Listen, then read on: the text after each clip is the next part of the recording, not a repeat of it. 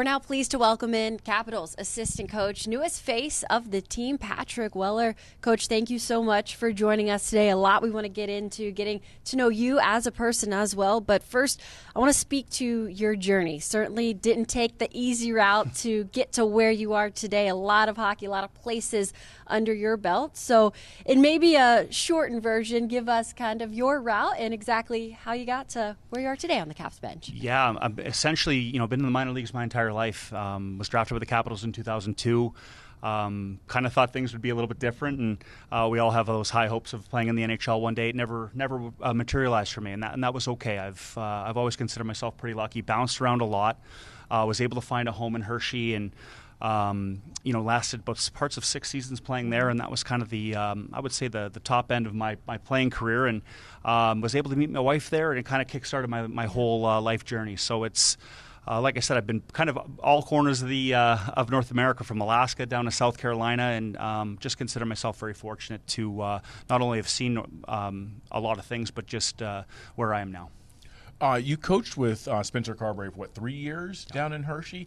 When you made the transition to Washington, how much did it help to already kind of have that rapport and already have been in a coaching room with him before? Yeah, I think it was super important. I coached with Spencer for 3 years, and had the privilege of coaching with Scott Allen and Emily, and I just think that it just made the transition as smooth as possible, and was teammates with him in South Carolina. So I've known Spencer for a long time, and obviously have a deep respect for him, and just to see how far he's come and how he approaches everything on a day-to-day basis, just consider myself really fortunate to be around him. Yep.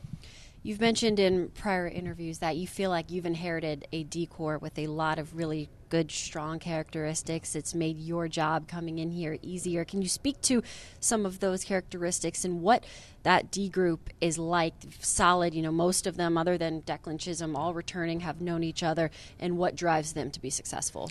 Yeah, it's a very seasoned D-corps, like you said. Obviously, I consider myself very fortunate. They're a very self-assured group. They've done some really good things. They've accomplished a lot, and they're playing at a very high level. So my job has been very, very easy, and I think the biggest thing for me is to not rock the boat. Obviously, my job is just to hold them to a certain standard that they've already created. They've done a great job. They've given us a chance to win every night, that with our goaltending, and just make sure that they're pushing. But like I said earlier, this has been a dream come true. There's not a lot of developing. These guys know exactly who they are, what they're supposed to do, and I'm just very grateful to rub shoulders with them. You mentioned their dream come true, 7 years as an assistant coach in Hershey. But was there ever a moment where you were like, you know what, I don't know if my NHL opportunity is going to come, and how did you kind of get through that? Yeah, I think goals evolve and change through time and through experiences. I think the success that we had recently with the Todd Nelson era, when he came through and going through those Coachella series and being able to find success there, I think it was definitely started to creep in the back of your mind. I never was one of those people that got into it, said that I have to coach the National Hockey League. Okay. But as this kept going, and with Reeton success and having small breakthroughs with players, and I think it started to get to a point where that want kind of started to creep in a little bit. And like I said, just when this opportunity came, just so incredibly grateful and excited. Well, how many Calder Cups do you have? You have 2 as a coach? 2 as a coach and one as a player. Yeah. Nice. Yeah, nice. Very lucky, and that's the beauty of playing and coaching in Hershey. It's such a special place, and the relationship that they have with Washington. They care deeply. They want to win, and they give you the tools to do it. So I do realize the advantages that we had there for sure. We all know the American Hockey League is the premier development league. Is there anything at all with your coaching style coming up here that changes? Down there it is hands-on development, younger guys, even outside of the rink. Some of them still in their teens trying to learn life on their own for the first time, as opposed to this, what you just called seasoned group, and the veterans up here that have been around the block. No, it's a great question. I think in the minors you're dealing with kids essentially, and there's a lot of them, especially the junior age kids that have had billet families, or so that it is the first time they're on their own. They're cooking for themselves, and sometimes we forget that how far they do have to come as individuals first and foremost. And from a hockey side, a lot more habit-based, and obviously there's a mandate, different goals for different situations. Right. Our goal was to win through developing, and that never never wavered. So basically, here at this level, it's win every game, win at all costs, and as it should be. So a little bit different, but I think ultimately when you're in those scenarios with Hershey and when you go through that, it makes it a little easier when you get here. I'm curious about your responsibility. So obviously you handle the D. What are some of the other things that you help the coaching staff with? Yeah, I think right now it's pretty established. Obviously, in terms of special teams, that's being left alone. But it's a very the one thing I really enjoy about this group. There's a lot of dialogue and a lot of meetings, a lot of behind the scenes planning, and I think that's the biggest thing. There's no bad ideas in brainstorming, and I think that's why this group is so successful. Is that there's every opportunity to have your opinion shared and valued, and I think it goes a long way. And different ideas, different voices. So I think the role will evolve through time. But at this stage, it's more just getting acclimated, getting comfortable, and building relationships. Because I certainly was behind the curve showing up to camp. Yep. I want to dive into the personal side for a moment. You said you met your wife in Hershey, your family up there now. 2 children, is that what you have? 2 children, yeah. How are they adjusting to this? I'm sure really proud, happy of their dad and husband. Yeah, and it certainly was a little bit surprising coming to camp, expecting to be here for 20 days like usual, and then getting that talk with Spencer that something. Honey, I need you to bring some clothes. Exactly. So, no, but they're doing great, and I think we've had some long talks that down the road this may happen. What does this look like for our family? And we're all just completely thrilled, over the moon about it. And I get to live the fun life. My thoughts are always back home with what my wife and 2 kids are going through. How old are they? 5 and 3. Okay. I have a boy and a girl. Okay. So it's a fun age, but they're starting to get that age now where they start to understand that dad's gone. So it's a little bit of an adjustment, but we're lucky because my wife is from there. So we do have the support help, the system. extra hands, and they've been terrific. I want to toggle back over to the players because we were just talking about this earlier in the show.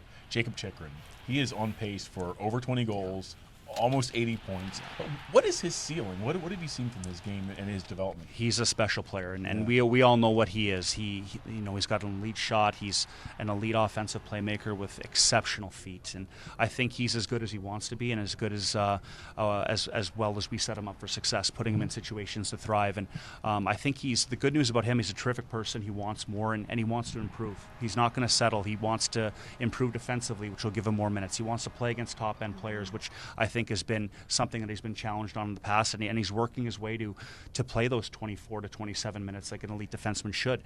And it's up to him to continue to show that consistency, but the start of the season that he's having has just been incredible. If I can just follow up on the minutes there, I noticed for the first time he and John Carlson are at 23, and then you got Matt Roy, and then Rasmus Sandin. I feel like your top 5 all play around 20 minutes, if not a little bit more. What kind of advantage is that when you don't have to lean on 1 or 2 guys to play 27, 28, 29 minutes like we see around the league? Yeah, I think that's super important. And that's kind of been my coaching style is when you have 6 defensemen every night that you believe in, you try to get them as many minutes as possible and make sure, because now without words, you're basically showing your trust in them, and they deserve it. They're playing well. Our defense are playing at a very high level. And I think that's, as a coach, it's your job to make sure you show them and that you care about them and show them that you trust them. But at the same time, we do have some players that are playing very well. I look at the consistency that Matt Roy gives us and what he does. It allows Jacob Chikrin to play his style and being very comfortable. And I'm looking to get Marty and Rasmus more ice time. They're playing really well. So I think there's always challenges to make sure that these guys can get more because they deserve it. Good problem to have. Yeah, and then all the while, and we have to understand that John Carlson's is 35 and he's playing exceptional, but at the same time it's a long season. We have this schedule is unheard of, and even for not only a first-time NHL coach but anyone that's going through an Olympic year like this. So just trying to make sure we manage it and make sure that we're setting up for success is the big thing. And on the contrary to someone like Jacob Chikrin, obviously offensive defenseman, the flashy numbers, always hear his name.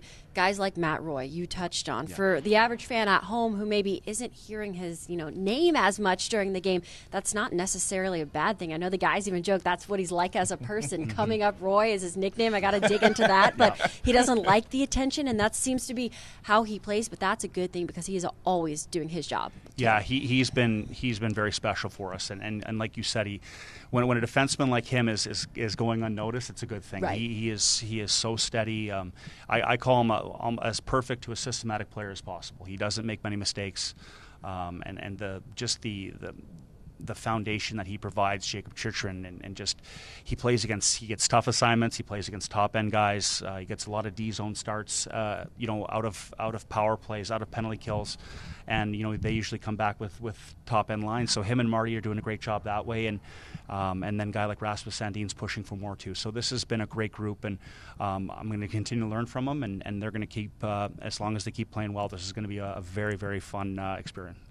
So the blue line has been doing a really good job at shot suppression, keeping the goals against average down, also contributing a lot on the offensive end. I think you guys are top 3 in points.